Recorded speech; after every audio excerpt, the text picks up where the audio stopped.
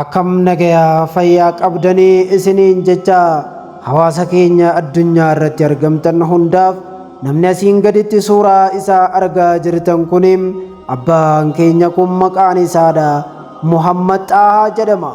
Namni kun yeroo gaafannu aanaa Kurfaa Callee zoonii Gabiiba jedham garuu araddaa tam akka ta'e nuuf adda baasuu haga ammaatti hin dandeenye.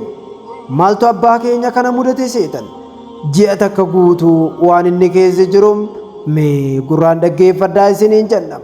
Abbaan keenya kun wanti isa mudate sababa waa dhabaatiin waa kadhachuudhaaf jecha rakkoo mana isa baafte erga rakkatee mana bahee booda biyya isaarraayis ka'ee gara aanaa Haramaayaa kana keessa deemee hawaasa aanaa sana keessa jiru osoo deemee kadhachaa jiru konkolaataan magaalaa Haramaayaa keessatti rukutee adagaadhaan miidhamee jiram. Abbaan keenya kun erga adagaadhaan miidhamee boodam haa ta'u malee haga ammaatti maatii isaatii wal argachuu hin dandeenye. Iddoon inni itti argamu hospitaala magaalaa Harar Hiwoot Faanaa yookiin hospitaala caffee ispeeshaalaayizdi kan ta'e kan dhaabbata yuunivarsiitii Haramaayaatiin hoogganamu kutaa waldhaansaa adagaa keessatti argama. Amma haalli inni keessatti argamu dubbachuus hin danda'u. Maashinii oksijiina isaaf kennuutu irra jiram.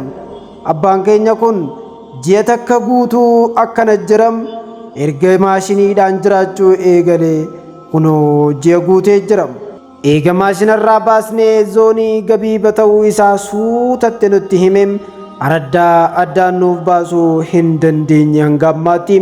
Warri konkolaataa rukutees hospitaala fidanii dhiisanii biraa badanii jiran nama isa kana gargaaru tokkollee waan hin qabneef abbaa keenya kanam mee maatii isaatiin gaa isiniin jenna.